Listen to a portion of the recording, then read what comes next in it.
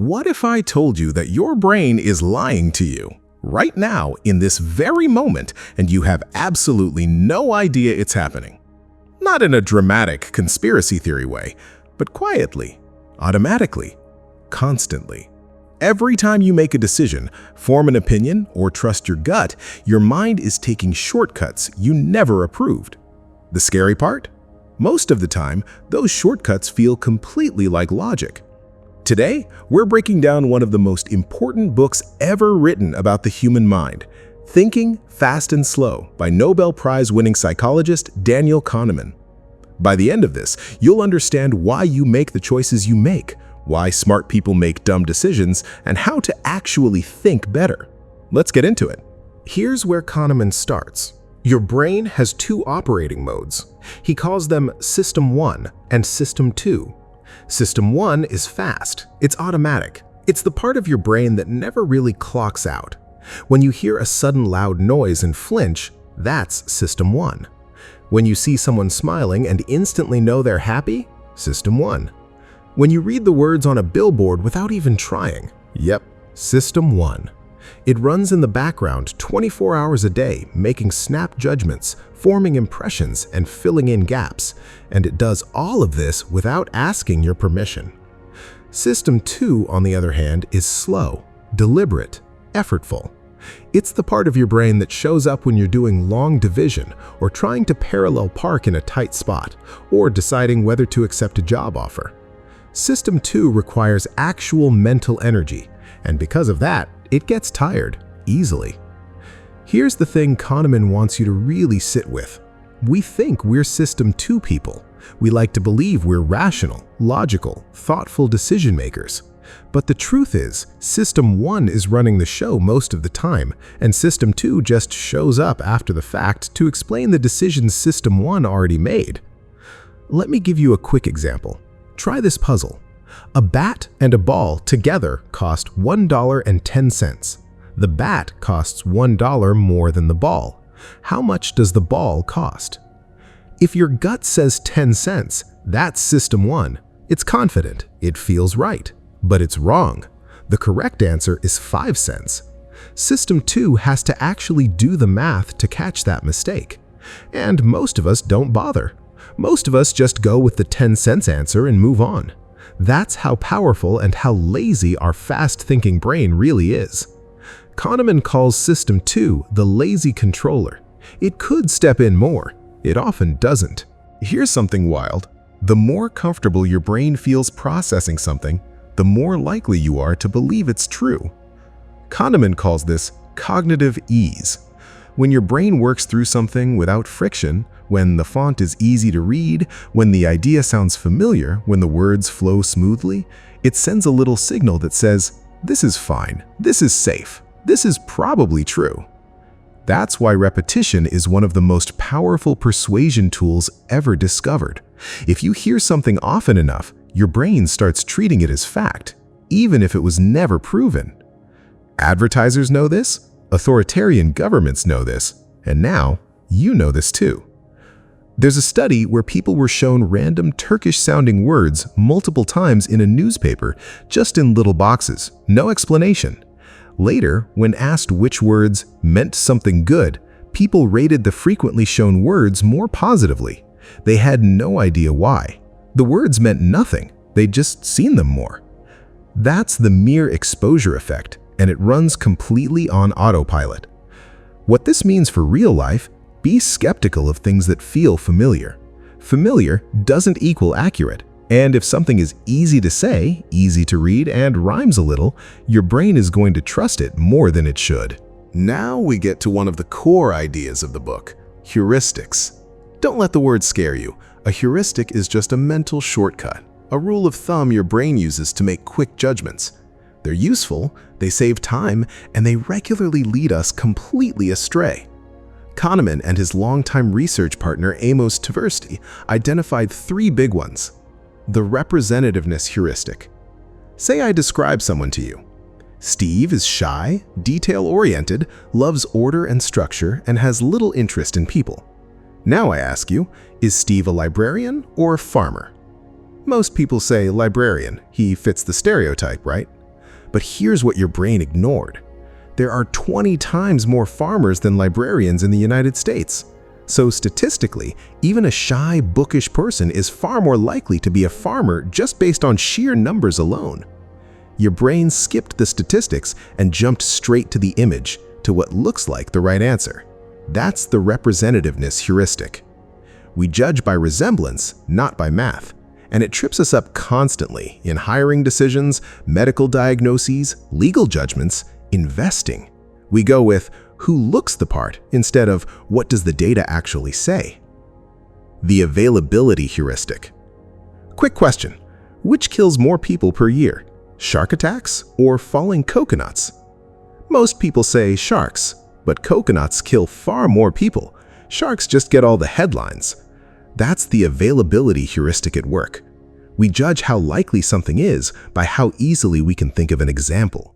If you can recall it quickly, your brain assumes it happens a lot.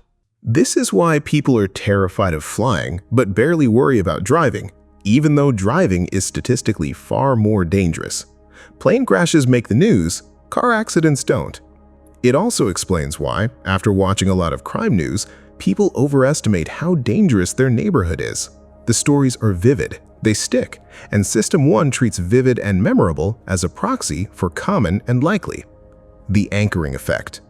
Here's one that will change how you negotiate forever.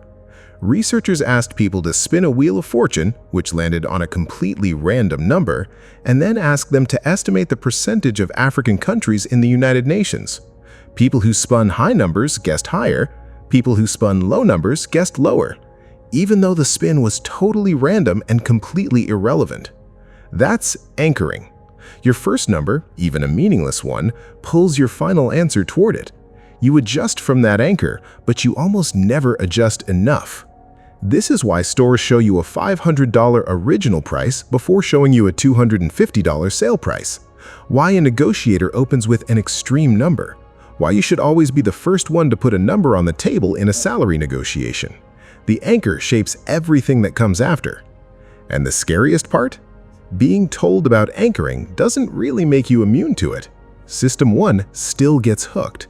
Every time. Here's one of Kahneman and Tversky's most famous experiments, the Linda problem. Linda is 31 years old, single, outspoken, and very bright.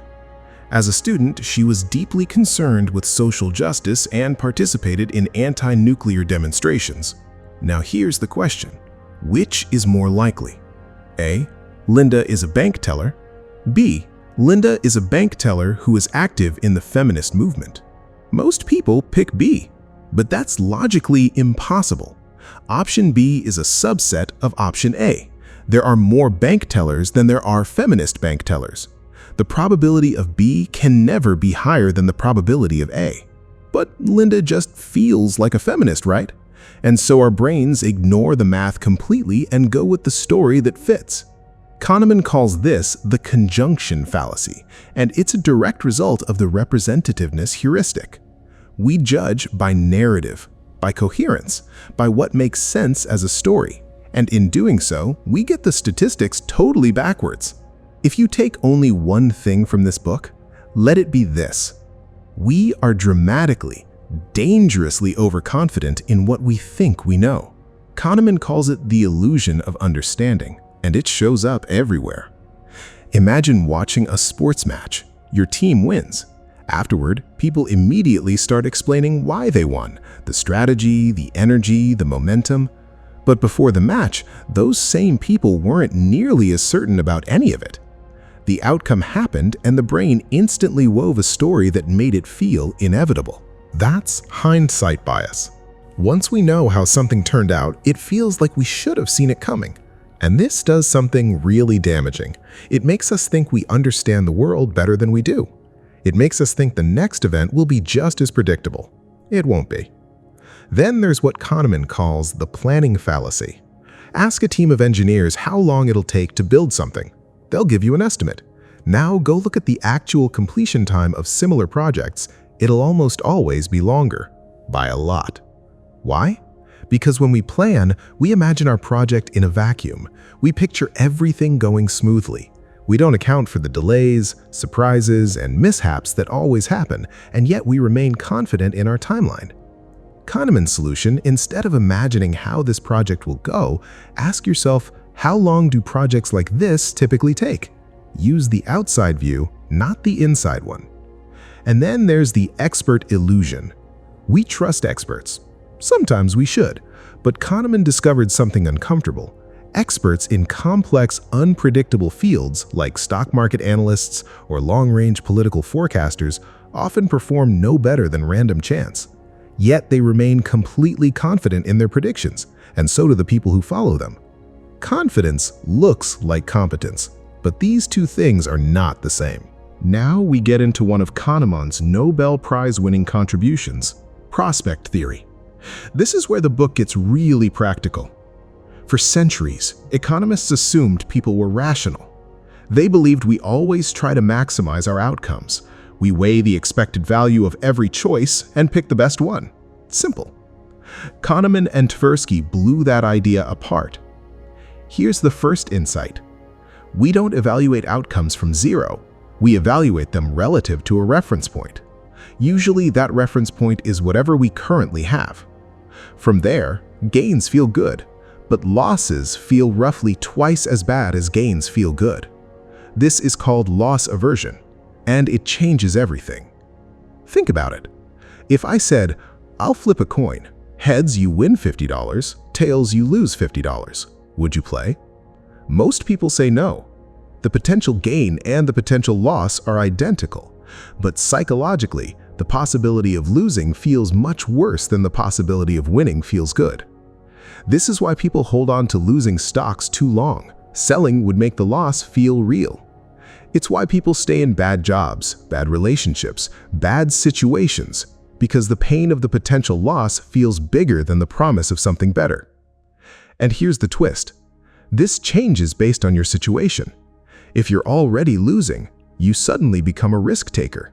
You'll gamble more to try to get back to zero. But when you're up, when you have something to lose, you become super conservative. The psychology is backwards from what economics predicts. Humans don't calculate expected value.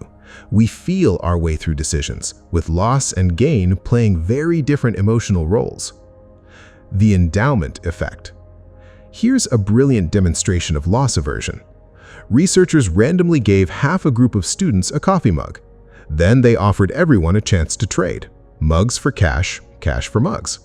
Standard economics says roughly half the mugs should change hands, since the values should balance out.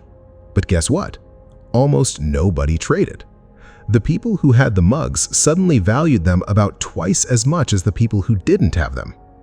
Nothing about the mug changed, just ownership. But the mere act of having something makes us value it more, because giving it up feels like a loss. This is the endowment effect. You're not rational about what you own. None of us are. We're nearly there, and the last big idea in this book might be the most fascinating of all. Kahneman says you don't have one self, you have two. The experiencing self is the part of you living moment to moment. Every second, it's taking in sensation, feeling, experience. It lives entirely in the present. The remembering self is the part of you that tells the story. It keeps score. When you say, "That was a great vacation," or "That meal was terrible," that's the remembering self talking. And here's the problem. The remembering self is biased. It doesn't average out your experience. It follows two main rules. Rule 1, the peak rule. Whatever was the most intense moment, the best or worst point, that sticks. Rule 2, the end rule. However the experience ended, that's what shapes the memory disproportionately. The total duration of the experience barely matters. Kahneman calls this duration neglect. There's a striking medical study that proves this. Patients undergoing a painful procedure were asked to rate their pain every 60 seconds. One group had the procedure end abruptly at peak discomfort. Another group had the procedure continue for a few extra minutes but at a lower level of pain. So the second group suffered more total pain. But when asked afterward which experience was worse, the second group rated their experience as less bad, because the ending was gentler. The memory was softer. What does this mean? It means our remembering self sometimes leads us to make choices that hurt our experiencing self. We optimize for good memories instead of good moments. We work 70-hour weeks to afford a vacation our experiencing self will mostly feel jet-lagged and exhausted on, but our remembering self will treasure forever. We are not as in tune with our own happiness as we think. So, what do you do with all of this? Kahneman isn't trying to make you feel bad about your brain.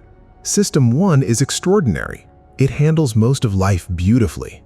The routine, the social, the emotional. Most of the time, your gut is good enough. But here are a few practical shifts, drawn from everything in this book. 1. Slow down the big decisions. For choices that really matter, financial, career, relational, deliberately invoke System 2. Write it out. Sleep on it. Get an outside opinion. Don't let System 1 make a 10-year decision in 10 seconds. 2. Watch for anchors. Whenever a number gets introduced early in a conversation or negotiation, ask yourself, is this anchor useful or is it pulling me somewhere I don't want to go? 3. Use base rates. Before you assume your project, business, or plan is special, look at the track record of similar ones. The outside view is almost always more accurate than your inside optimism. 4. Notice loss aversion. Ask yourself, am I holding on to this, a job, a stock, a relationship, because it's genuinely good or because I can't face the feeling of a loss? 5. Be humble about what you know. The stories we tell about why things happened are almost always cleaner and more confident than reality warrants. Uncertainty isn't weakness, it's accuracy. Daniel Kahneman spent his career doing one thing, helping us see the mind as it actually is, not as we wish it were. And what he found is both humbling and liberating. Your brain is not broken. It's doing exactly what it evolved to do, moving fast, conserving energy, making good enough decisions in a world that used to be a lot simpler.